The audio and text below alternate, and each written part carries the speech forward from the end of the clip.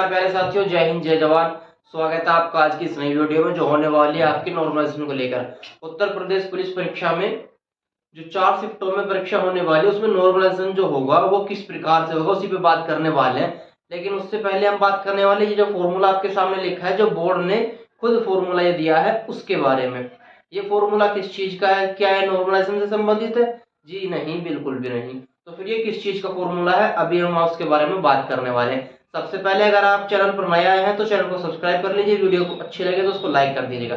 चलिए बात करते हैं इस फॉर्मूले की। देखिए, फॉर्मूला बोर्ड ने अपने नोटिस में दिया था कि सही उत्तर गुणा निर्धारित अंक बटे सही प्रश्नों की संख्या। ये जो फॉर्मूला है, ये बोर्ड ने ये कहा है कि ऑफलाइन परीक्षा में 1 या 2 या 3 4 कुछ क्वेश्चंस गलत टाइप हो जाते हैं।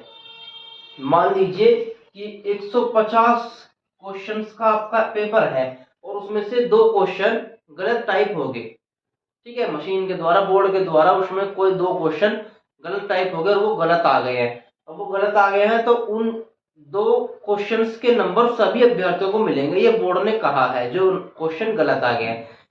यानी कि कोई क्वेश्चन ऐसा आ गया है जिसके 4 ऑप्शन है लेकिन 4 ऑप्शन में से उसका आंसर कोई सा भी नहीं है, या 4 ऑप्शन तो दिए हैं लेकिन क्वेश्चन नहीं दिया है, क्वेश्चन गलत दिया है। तो उस तरह के क्वेश्चंस के लिए ये नंबर सभी को मिलेंगे। लेकिन क्या ये नंबर सभी को उसी मात्रा में मिलेंगे जितना इनके निर्धारित अंक हैं? जी बिल्कुल नहीं, ऐसा बिल्कुल नहीं मिलने वाला। तो फिर ये अंक कैसे मिलेंगे? देखिए, अगर आपकी परीक्षा में 150 क्वेश्चंस में से 1-2 क्वेश्चन गलत टाइप हो जाते हैं, बोर्ड की गलती की वजह से गलत टाइप हो जाते हैं, तो उनके प्रश्न, उनके अंक जो मिलेंगे वो किस तरह से मिलेंगे, उसके लिए ये उन्होंने फॉर्मूला दिया है। अब ये फॉर्मूला कैसे काम करेगा? मान लीजिए आपका 150 क्वेश्चंस का पेपर है, मान के लिए वो तो है ही, उसमें दिया है सबसे पहले सही उत्तर। मतलब 150 में से आपने कितने प्रश्नों का सही उत्तर दिया है? मान लीजिए आपने सही उत्तर दिया है 100 प्रश्नों का। ठीक है, आपने जो है 100 प्रश्नों का सही उत्तर दिया है, गुणा निर्धारित अंक, एक प्रश्न के लिए 2 अंक निर्धारित है। ठीक है, भाग में सही प्रश्नों की संख्या।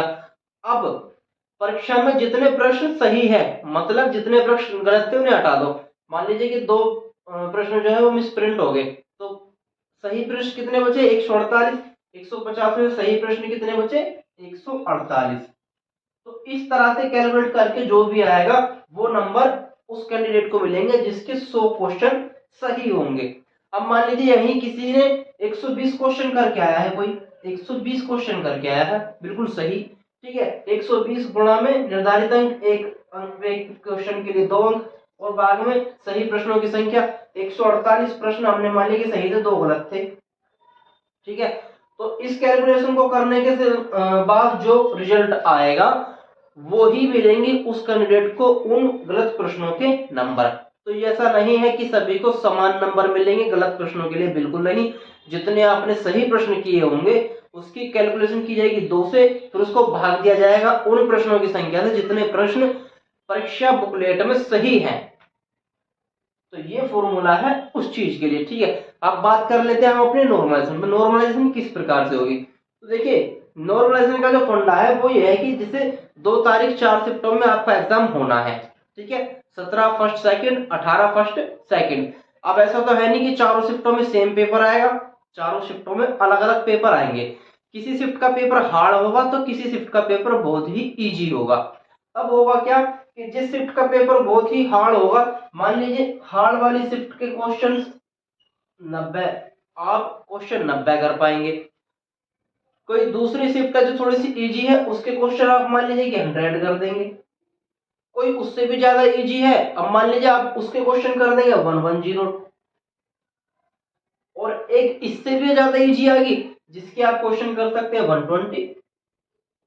ठीक है, अब इन 4 शिफ्टों में आप ये देखिए भाई, कोई तो क्वेश्चन पेपर हार्ड आया था उसमें बच्चों ने 90 क्वेश्चन ही कर पाए, और कोई इतना इजी आ गया जिसमें बच्चों ने 120 क्वेश्चन कर दिए। तो अब ऐसा तो है नहीं कि ये हार्ड और इजी है ना उनका भाग्य, उनकी किस्मत थी। जी बिल्कुल भी नहीं, ये किसी की किस्मत नहीं थी। बोर्ड ने इसी चीज को बराबर करने के लिए नॉर्मलाइजेशन का फंडा अपनाया है। नॉर्मलाइजेशन किस प्रकार से होगा? सीरियस वाइज वो 1000 या 2000 बच्चों को लेंगे चारों शिफ्टों में से। ठीक है, सीरियल वाइज ऐसा नहीं कि जो अच्छे होंगे जिन्होंने अच्छा किया होगा वो, जी नहीं, सीरियल वाइज 1 2 3 4 5 उसमें चाहे अच्छे आओ बुरे आओ कैसी भी आओ, और उन 1000 शुरू के 1 या 2 या 5 या 10,000 बच्चों से ये सिलेक्ट किया जाएगा कि उनका औसत निकाल के कि इस परीक्षा में बच्चों ने कितने क्वेश्चन औसतली सही किए हैं। मान लीजिए 17 की फर्स्ट शिफ्ट में 5000 बच्चों का निकाला और उनका आ गया कि उन 5000 बच्चों ने औसतन 100 क्वेश्चन सही किए हैं। फर्स्ट शिफ्ट में औसतन 100 क्वेश्चन सही किए हैं। अब सेकंड वाली शिफ्ट को उठाया, उतने ही बच्चों का सीरियल वाइज, जो सेकंड शिफ्ट में सीरियल वाइज उतने ही बच्चे उठाए, उनका औसत निकाला और पता लगा कि उन्होंने अपनी परीक्षा में सिर्फ 90 क्वेश्चन ही कर पाए। कितने कर पाए? सिर्फ 90 औसत, यानी कि ये पेपर हार्ड था। अब तीसरी शिफ्ट यानी कि 18 में, जो 18 के फर्स्ट शिफ्ट जब उठाई तो पता लगा कि उसमें तो बच्चे 110 तक कर गए, औसत जो है वो 110 निकल गया, यानी कि ये और भी इजी था। अब 18 की लास्ट का जो आएगा सेकंड वाला, यानी कि फोर्थ शिफ्ट जो आएगी, उसमें पता लगा कि उसमें तो बच्चों ने जो है 112 कर दिए, मतलब 112 कर दिए। ठीक है, तो यानी कि ये और भी इजी थी, इसमें 112 हो गए।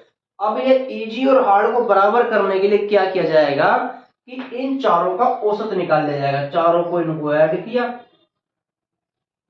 और 4 से ही डिवाइड कर दिया, एक औसत आ गया 103। कुछ इसी तरह से समथिंग वो लाएंगे। तो अब इस औसत पे नॉर्मलाइजेशन होगा। कैसे होगा नॉर्मलाइजेशन? कैसे होगा? जिसके क्वेश्चन 90 थे, जिसके क्वेश्चन 90 थे उसके कितने नंबर बने? 180 नंबर। ठीक है, जिसके क्वेश्चन 100 थे उसके कितने नंबर बने? 200 नंबर। जिसके 110 थे उसके कितने बने? 220 नंबर। ठीक है, जिसके 112 ठीक थे उसके कितने बने? 224। अब होगा क्या कि इन सबको 103 के करीब लाना है। 103 यानी कि 103 का मतलब 103 गुणा में 2, तो ये कितने हो गए? 2 तिया 6, 206। तो अब इन सबको औसतली 206 के करीब किया जाएगा। मतलब अब यहीं से ये नंबर बढ़ा देंगे। जिनके 180 हैं उनको 206 तक लाने के लिए कितने नंबर नॉर्मल में मिलेंगे? 20 और 6 26 नंबर, इन्हें प्लस हो जाएंगे। जिनके 200 हैं 206 तक लाने के लिए इसमें 6 नंबर प्लस, इनको 6 नंबर फालतू मिलेंगे। जिनके 220 है उनको 206 पर औसतली लाने के लिए माइनस के हो जाएंगे 14, इनके 14 नंबर और घट जाएंगे क्योंकि इनका पेपर इजी माना गया है। और जिनके 224 है उनके घट जाएंगे माइनस के 18, इनके 18 नंबर और कम हो जाएंगे क्योंकि इनका पेपर और भी ज्यादा इजी माना गया है। तो नॉर्मलाइजेशन में जिसका एग्जाम हार्ड होगा उसे फायदा होगा, जिसका एग्जाम इजी होगा उसके घटेंगे, ये मेरा अनुमान है। घटेंगे तो इसी प्रक्रिया में, नॉर्मलाइजेशन तो इसी प्रक्रिया से होगा, लेकिन ये 18 की जगह थोड़ा कम भी घट सकते हैं और ये 26 की जगह थोड़े ज्यादा भी बढ़ सकते हैं, क्योंकि 19 में जो भर्तियां आई थी, जो फर्स्ट वाली भर्ती आई थी, उसमें 40 से 50 35 30 इतने नंबर पब्लिक के बढ़े थे। नॉर्मलाइजेशन में इतने नंबर बढ़े थे। तो नॉर्मलाइजेशन का फंडा जो है वो इसी तरीके से लगने वाला है।